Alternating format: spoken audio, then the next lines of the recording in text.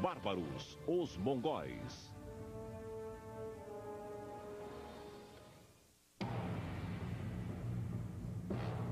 Era fim do século XII. Enquanto a Europa se afundava na Idade das Trevas, duas culturas criavam novos padrões de civilização. Eles eram os Estados Islâmicos da Pérsia e da Ásia Central. E mais para o Oriente, um trio de reinos fabulosos na China. Entre eles, havia um território vasto e inóspito, as estepes da Eurásia. Mas essa região árida era habitada. Povos nômades como tártaros, mongóis e outros sobreviviam em condições precárias. These are some of the coldest places on Earth in Mongolia. Temperatures 90 degrees below zero. So, for much of the year, they're fighting nature. It's a life with no margin of safety here. Em 1175, os tártaros renovaram uma velha rixa com os mongóis. As duas tribos, tão similares no estilo de vida e nas crenças, eram divididas por rivalidades ancestrais, em um ciclo infindável de alianças, traições e vingança. Ocupados com sua disputa pessoal, eles ignoraram um inimigo comum, os ricos e poderosos Qin do norte da China. The Jin dynasty, their policy towards Mongolia was one really of divide and conquer. And Jin would employ the Tatars on raids against other nomadic groups, tribes, khanates that grew too large and too threatening. Os Qin perceberam sabiamente que os povos das estepes não os incomodariam enquanto brigassem entre si. Foi nesse período histórico que o grande conquistador mongol, Gengis Khan, apareceu no século XII. Mas ele não descendia de reis ou príncipes. Era um simples menino sem pai, cuja família lutava para sobreviver nas estepes. O nome de nascença de Gengis Khan era Temujin, ou ferreiro em mongol. Um nome apropriado já que a vida exigiria dele uma vontade de ferro. Em 1175, quando tinha apenas 9 anos, seu pai, o líder do clã, foi envenenado pelos tártaros. Genghis Khan's father, been an up-and-coming tribal chieftain. Perhaps if he'd lived, he might have become the next Khan of the Mongols. But as soon as he was poisoned, the widows of the previous Khan led the Mongols to desert the widows of Gisige, Genghis's father. And the result was that Genghis Khan was left on the steppe alone with his mother. Abandonada com os filhos, a mãe de Temujin só lhe pediu uma coisa: vingança.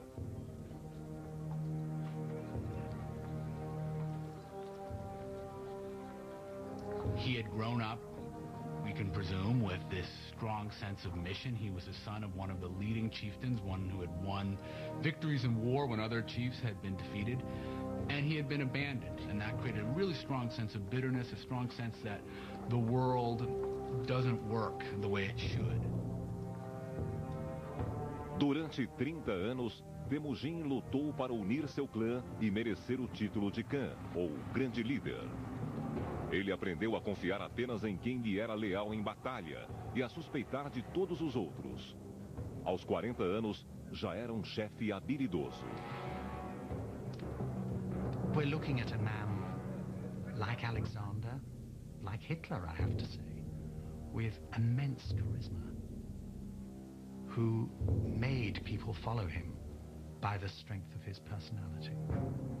Após unir sua tribo, em 1196, Temujin se concentrou em sua segunda missão: vingar-se dos tártaros. The tactics were pretty much entirely horse tactics, and they incorporate all of the things that we would normally expect.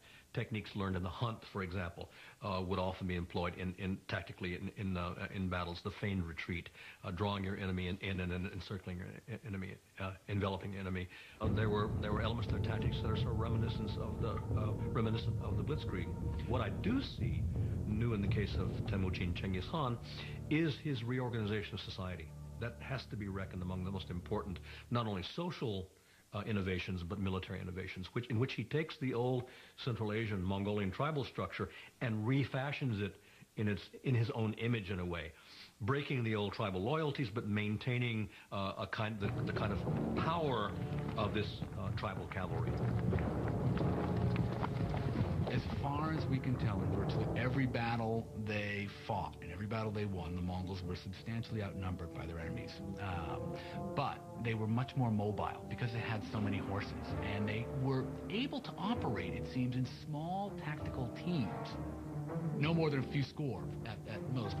So the first thing you'd see if you were fighting the Mongols is they would seem to be everywhere. Oftentimes they would come at you in a single file, and suddenly they would just disperse, and suddenly they'd be all around you. That was really disturbing. Os inimigos eram subjugados pela perícia hípica e pelas táticas mongóis. Os adversários foram praticamente dizimados em apenas 2 anos. Só seus nomes entraram para a história. Mas era só o começo, pois Temujin já transformava seu exército na melhor cavalaria ligeira que o mundo já vira. And he does take revenge on the people who had inflicted so much hardship on his family, his larger family, and on his immediate family, namely the Tatars, who, when he finally defeats them, as the story goes, he has everyone taller than the axle of a wagon executed. So he decimates, he destroys this particular tribe. O ambicioso chefe tribal era um homem religioso. Ele reverenciava a ordem da natureza à sua volta. O solo era sagrado, os rios eram sagrados, mas acima de tudo estava o céu, protetor dos nômades. Para Temujin, as questões terrenas deviam refletir essa hierarquia, e apenas um homem deveria ser superior a todos os outros. Ele tinha certeza que estava destinado a ser esse líder. So he believed, on the one hand, that he was of a heavenly destined lineage. Why? Because when you won victory in battle, it was something decided by heaven, by God, by this Mohatenger, eternal heaven, or eternal God, which Genghis Khan firmly believed was in charge of all victories in battle and all successes and failures in this world. Em 1206, conselho de tribos estépicas elegeu Temujin líder universal, ou Gengis Khan. Agora ele podia conquistar o resto do mundo e solidificar sua reputação de mais sangrento de todos os bárbaros.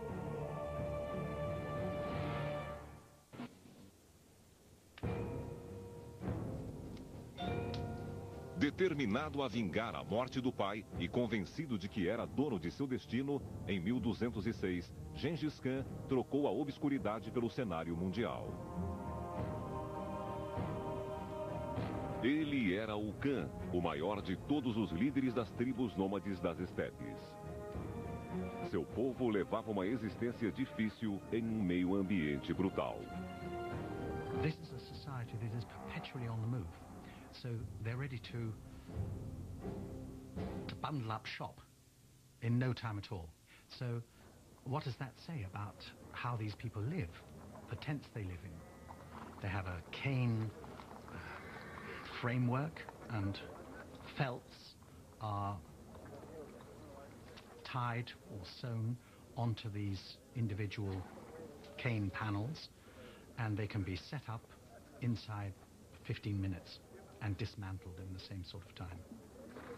So the inside of yurts was incredibly dark and smoky because they only had a hole at the top and a hole at the doorway. And the doorway always faced south because the Mongols were superstitious that good news came from the south. You had felts on the floor, felts on the walls, so dark, dark, dark, and then everything permeated with smoke. What did they burn? There's no wood on the steppe. so it's dung. So it's smoke that's permeated with animal smell as well. Essa existência rudimentar moldou o caráter de Gengis Khan, e a sede de vingança de sua mãe definiu sua missão. Points to the very important role that Mongolian women played and still do play in Mongolian society, and that's a very important sort of formative episode in his whole life, because he becomes very attached to women, to his wife, to his mother.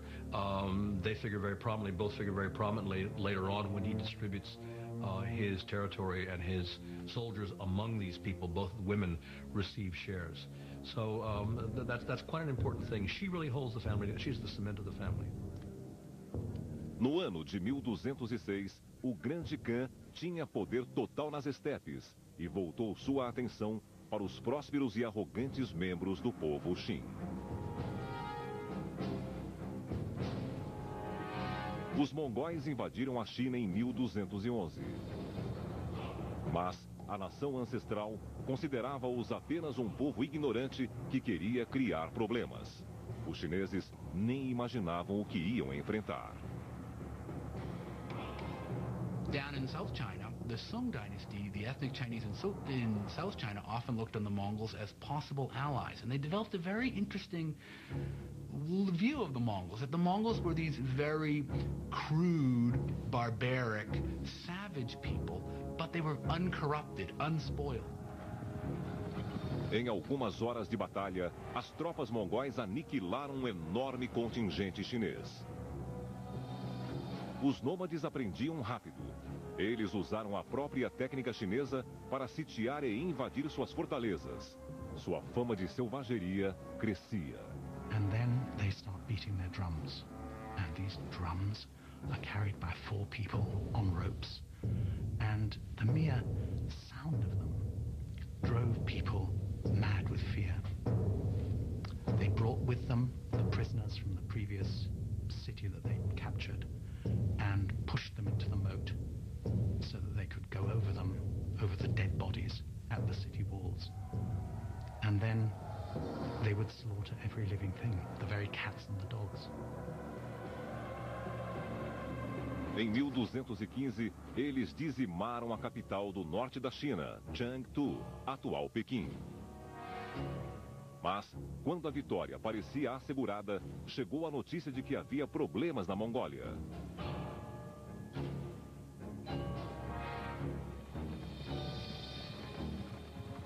Gengis Khan recebeu a informação a 1.600 quilômetros de sua terra natal, graças a um sistema de comunicação que mais tarde ligaria todo o Império Mongol. They developed very early on a system known as the Yam, which was basically the Pony Express. And 2 messengers would be sent out with special badges that they wore around their waist, showing that they were official emissaries of the government. And horses would be provided at post stations every 25 miles for these 2 to ride off carrying in their hands, literally, rolls with messages on them.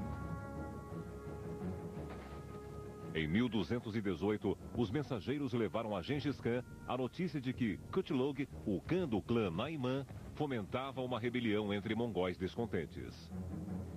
O governo estava ameaçado pela deslealdade de seu próprio povo. Isso não podia ser tolerado.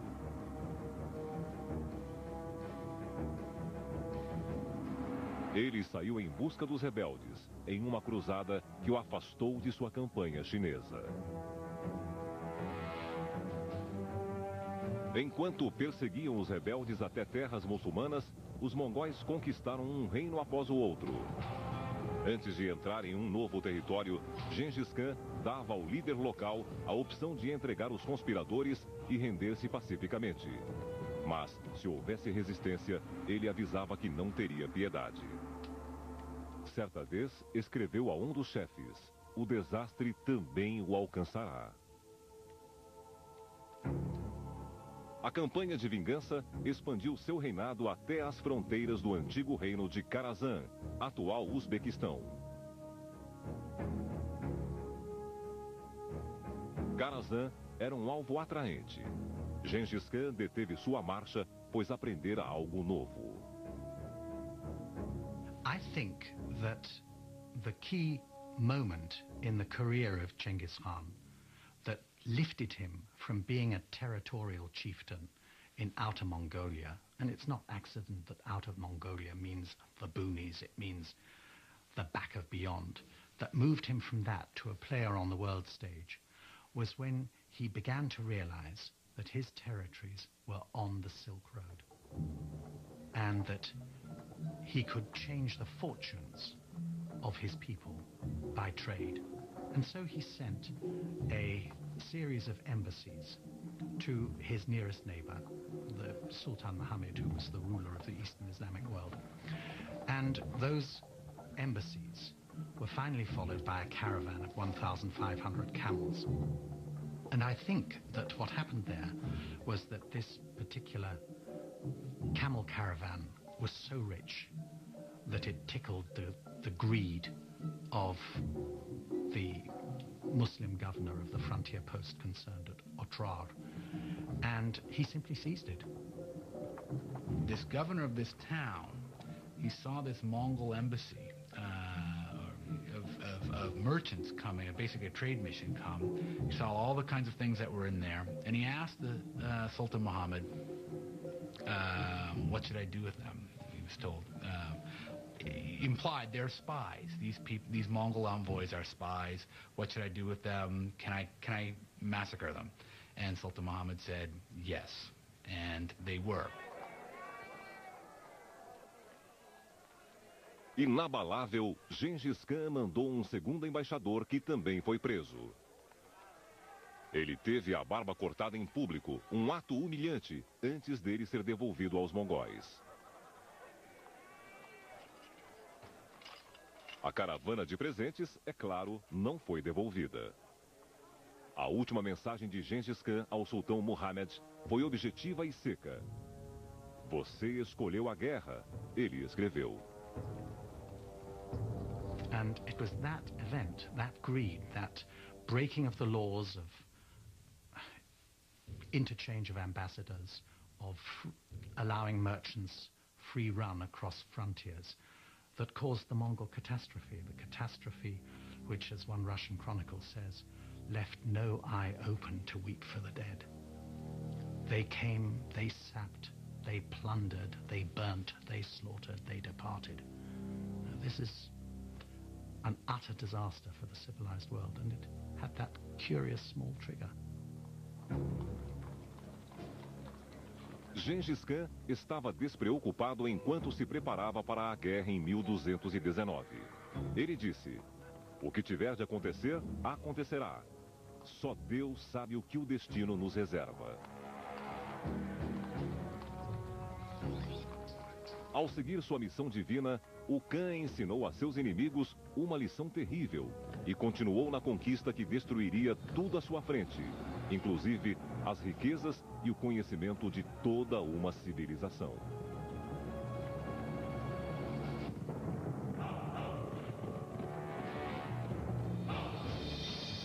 Gengis Khan unificou os mongóis nômades, subjugou os ricos chineses e em 1219 estava pronto para atacar o sultão Muhammad, regente do Império Kharazan, na Ásia Central.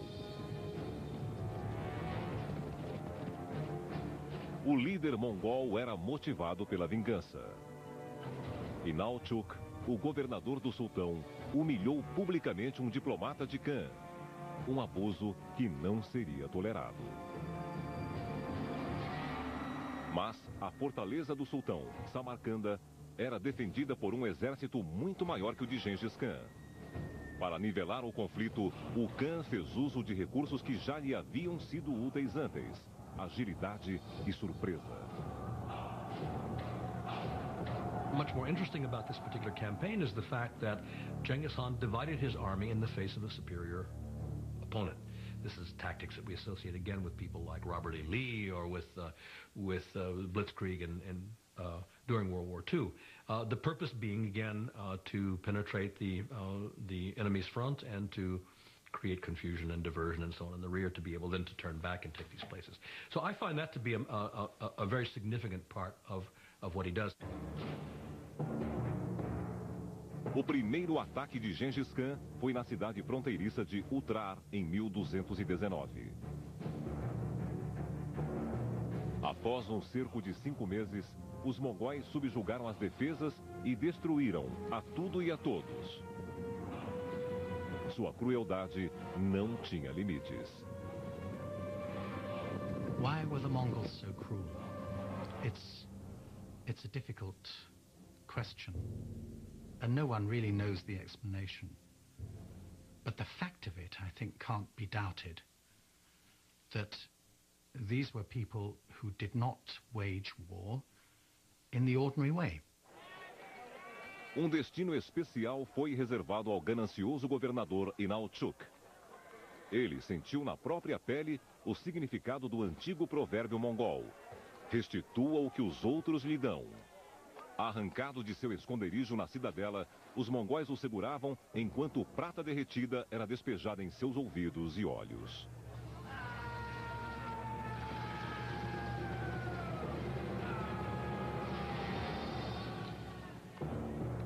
Em fevereiro de 1220, Gengis Khan tramou um ataque de 3 fases, inigualável pela astúcia e malícia. Inicialmente, 2 colunas de mongóis atacaram Karazhan por direções opostas, leste e oeste. Seu objetivo era fazer Mohammed pensar que essa seria a maior investida do ataque. Medieval armies in Europe and the Middle East had a very strong idea that retreating in the face of the enemy was humiliating. And so they really couldn't do it. And the other reason they couldn't do it was because, from the general's point of view, once you start retreating, everybody would think you've lost, and suddenly you would lose control of your army. Everybody would start running away. Oh, we've lost. We're running away. The Mongols would retreat. Then suddenly, as they're retreating, they'd suddenly break up, start going around again, and start shooting at you again. That was very disorienting for many armies. The constant hail of arrows that would be falling, that was a disorienting thing. Distraído pelos subterfúgios e truques dos mongóis, o sultão posicionou seus soldados ao longo de centenas de quilômetros de território ao sul de Samarcanda. Mas era no norte que Gengis Khan preparava seu ataque decisivo.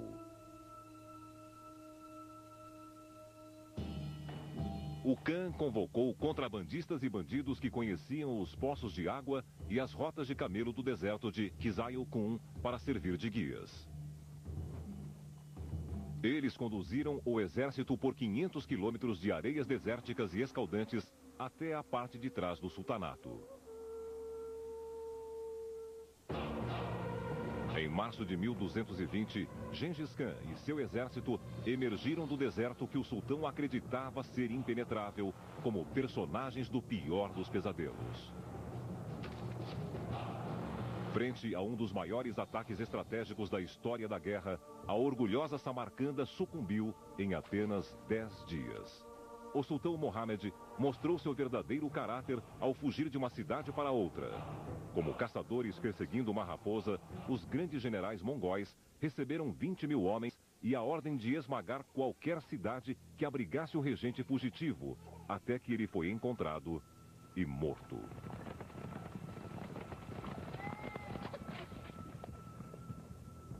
So it was not just a matter of beating an army in the field, but eradicating the power of a country to ground zero, so that there could be no recovery.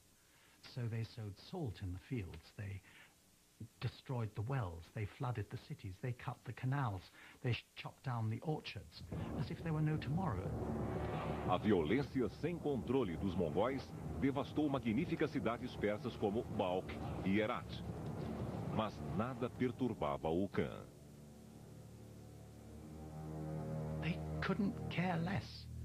So the destruction that they visited on the Eastern Islamic world has lasted to this day. As ruínas de cidades outrora grandiosas podem ser vistas até hoje na Pérsia. Após conquistar Karazhan, o domínio de Gengis Khan se estendeu do Rio Amarelo até o Mar Cáspio. E era o império com a maior faixa de terra contínua da história. Mas o resultado mais notável da conquista mongol foi a abertura do Oriente para o Ocidente pela primeira vez em 1000 anos.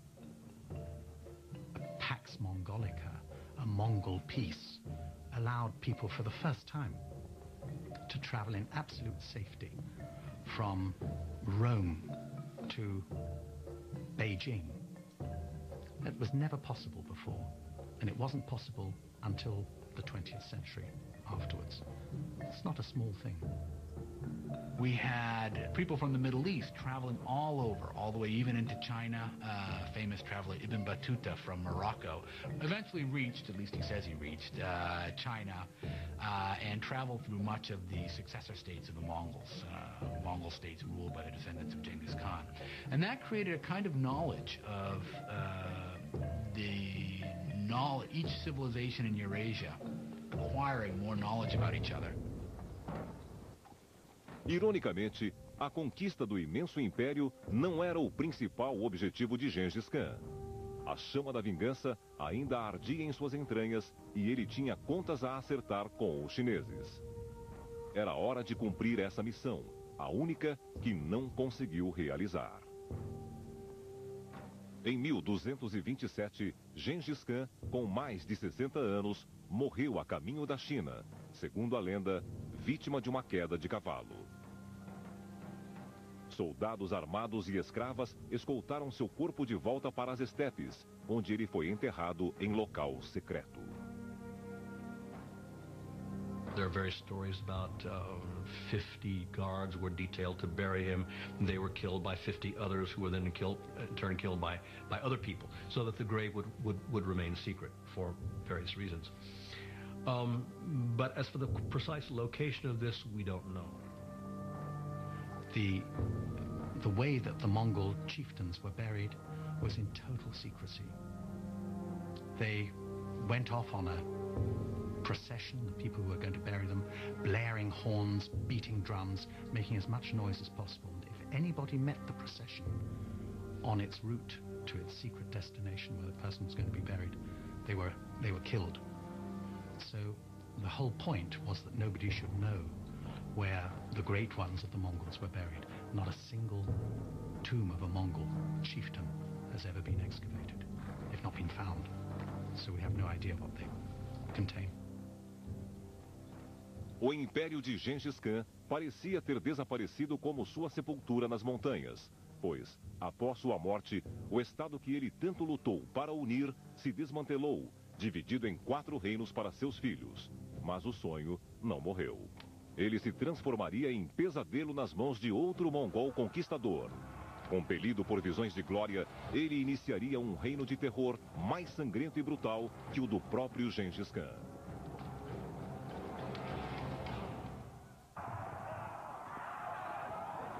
Dando sequência às conquistas, o Império dos Mongóis continuou a se expandir após a morte de seu líder em 1227.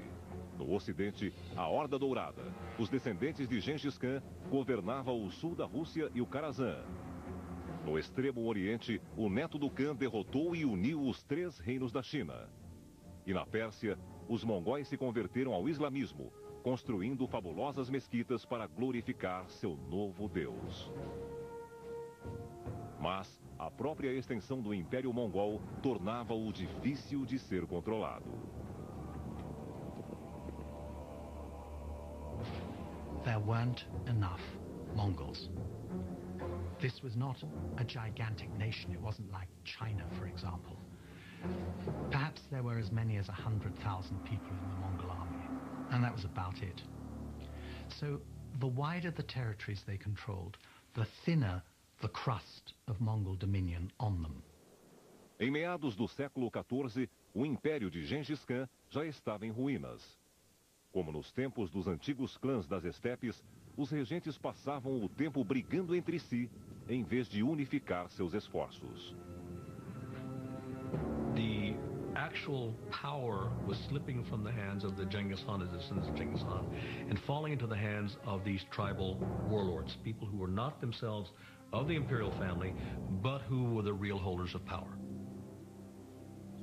Em meados do século XIV, nas terras muçulmanas do Karazan, atual Uzbequistão, um jovem menino mongol chamado Timur preparava-se para roubar as ovelhas de seu vizinho. Ele já tinha experiência e enganaria fácil o pastor, mas, desta vez, a sorte não o ajudou. Dizem que ele recebeu um ferimento que nunca sarou, o que o fez mancar pelo resto da vida. Depois de tornar-se poderoso, ele ficou conhecido como Timur, o Manco, ou Tamerlão no Ocidente. Era um nome que seus inimigos viriam a temer. No ano de 1360, Timur já era um importante emir, um grande jogador de xadrez e estrategista habilidoso. Ele era mongol, mas não descendente de Gengis Khan, e inventou uma árvore genealógica elaborada que provava seu parentesco com o grande líder. Ele chegou ao extremo de casar-se com duas descendentes de Gengis Khan para fortalecer sua ligação. Timur certainly, I think, saw himself as restoring a certain view, a certain version of Genghis Khan history. It was his own version. It reflected very much through the prism of his own ambitions. And he, at a certain point, saw himself as a man of destiny, not only as simply the agent of the righteousness of the Genghis Khan cause, but saw himself as a person acting in his own right. Em 1375, o Império Mongol não era mais o único projeto de restauração de Timur. Um século e meio depois que Gengis Khan destruíra Samarcanda, ele esperava transformar sua cidade adotiva em joia mundial. He was born in that very area, and he was always attached to what is now Uzbekistan as his birthplace. And in the course of his campaigns, wherever he went, he would kill all the men in a city that he had captured, but he would save all the artisans from death and transport them back to Samarkand. So you must imagine Samarkand alive with traditions from all over the Muslim world, from China, also from India. So Samarkand was something special.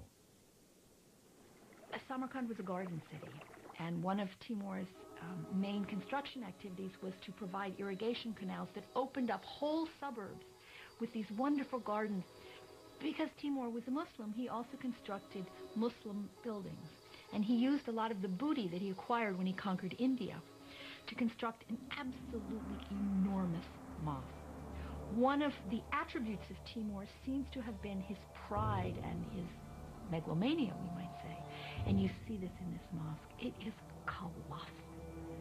Size was the big thing. The entrance way is 50 feet tall. And clearly the impression you're supposed to get is I, the humble little worshiper, have to go through this 50-foot doorway to get in. A majestade de Samarcanda era uma prova do poderio, mas também dos meios brutais que Timur empregou para manter a ordem. Fora das muralhas da cidade, sua crueldade impiedosa tornou-se lendária.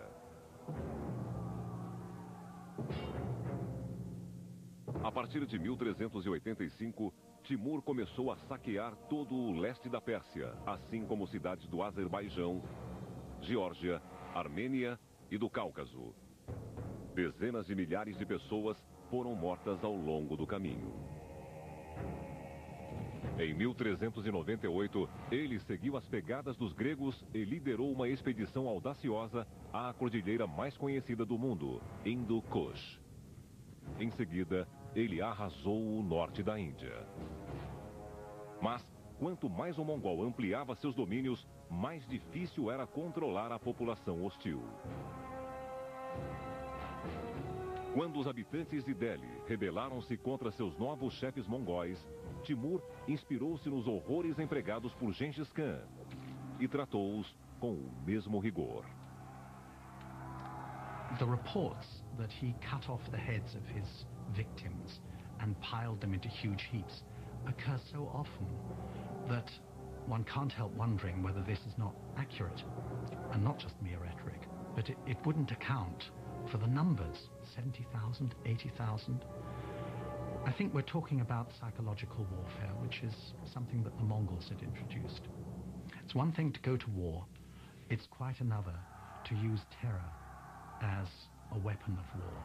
And this is what Timur did. Timur built upon the legacy of Chinggis and used it effectively. He was more terrible in that sense that he slaughtered more brutally, more quickly, but always sparing the artisans. When they say he destroyed the city, that's somewhat of a metaphor, meaning he killed off enough people to make it look bad, and then he brought back from every city he conquers the best workers, the best artisans, the best engineers, the best products.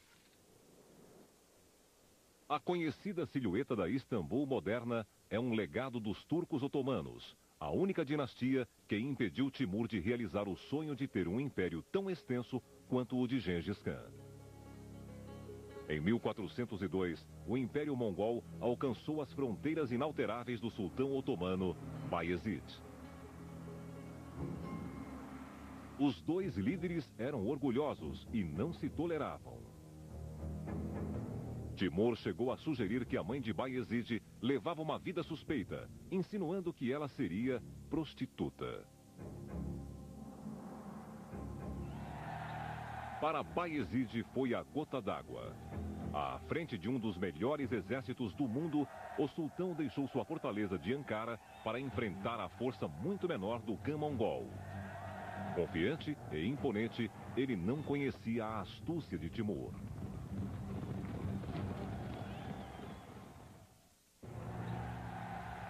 Em 1402, ofendido por insultos à sua honra, o sultão otomano Bayezid partiu para enfrentar as forças de Timur. Mas o mongol conhecia a rota do sultão e passou ao largo dos turcos. Tarmelão dirigiu-se para Ankara e sitiou a fortaleza turca, tática que pegou o sultão de surpresa. Humilhado pelo adversário, Bayezid foi forçado a voltar apressadamente para defender sua cidade. Mas seus soldados, cansados da marcha, não conseguiram resistir aos mongóis que os aguardavam. Para piorar a situação, um batalhão turco desertou para o lado mongol ao ver um de seus príncipes lutando por Timur.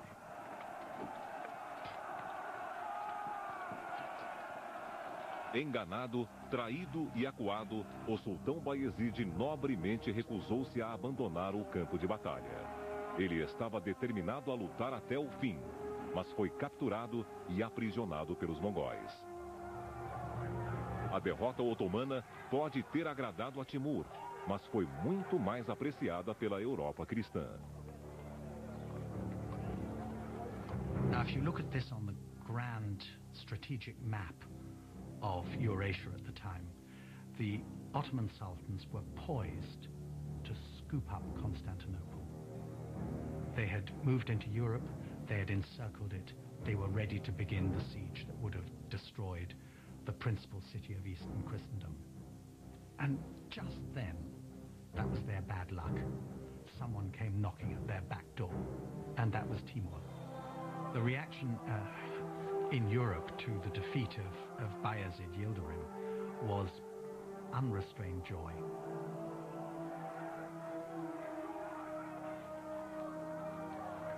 Com a derrota dos otomanos em 1402, o Império de Timur quase alcançou o de Gengis Khan em extensão e influência. Mas o voraz conquistador continuava insatisfeito. Para garantir seu lugar na história, ele precisava superar seu herói. E o único meio de consegui-lo seria apoderando-se do que Gengis Khan não conseguiu: a China. Mas, como Gengis Khan, Timur adoeceu misteriosamente e morreu a caminho da China. Em 1405, em Samarcanda, ele foi enterrado em uma sepultura ornamentada, o oposto da tumba despojada de Gengis Khan. There's a curious story that as he lay dying, he said, "Do not disturb my grave, for if you do, a fate worse than me will fall upon you." And his grave was kept absolutely untouched until the 22nd of June 1941, when Soviet archaeologists opened the grave and found the skeleton of a tall man with a damaged hip. And on the 22nd of June 1941, Hitler launched his attack on Russia. And that was the signal for some 20 million Russians to perish in the following 4 years. So you could say that he had a long arm, and that long arm stretched right into the 20th century. Sem a força da liderança e da personalidade de Timur, seus herdeiros foram incapazes de manter o Império unido. Os mongóis começaram a desaparecer da história. Eles eram poucos para governar um império tão vasto e foram assimilados pelas culturas que conquistaram, adotando suas religiões e costumes. Mesmo assim, até hoje seu impacto é imensurável.